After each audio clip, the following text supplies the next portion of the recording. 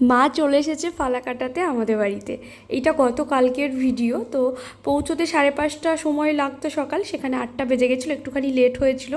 এসে একটু ফ্রেশ হয়ে মা কিন্তু স্নান করে নিয়েছিল, তারপরে পুজো করে এই যে শুরু করে দিয়েছে রান্নাবান্না। মানে মায়েরা না এরমই হয়, আমি বারণ করলাম তোমাকে রান্নাবান্না করতে হবে না, তারপরেও মা কত কি দুপুরের আয়োজন করেছে। দেখো, ইলিশ মাছ ভাপা, এখানে সকালের একটা তরকারি ছিল, তারপর বাড়ি থেকে সজনে ডাঁটা নিয়েছিল তার চচ্চড়ি, ছোটো মাছের ঝোল শুভদীপ ভালোবাসে বলে।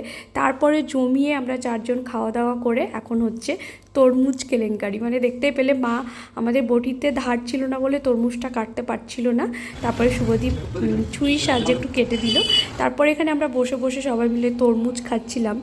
এখানে তো আমি আর শুভদীপ একাই থাকি, তো কেউ আসলে তো ভীষণ ভালো লাগে, আর মা বাবা আসলে তো সেই আনন্দটা আলাদাই।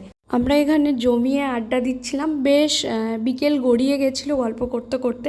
তারপরে একটুখানি বাইরে গেছিলাম বাজার ঘুরতে, তারপরে এক দিদি বাড়ি গেছিলাম। দিদি বাড়িতে তো অনেক গল্প টল্প করে বাড়ি এসে রাত্রে রান্নাবান্না শুরু করেছিলাম। মানে ওই আর কি, রুটি বানিয়ে নিলাম আর বানিয়েছিলাম তড়কা। মাকে বললাম রাত্রে খাবারটা তোমাকে বানাতে হবে না, দুপুরে তো তুমি করেছো, রাত্রে ডিনারটা আমি বানাই।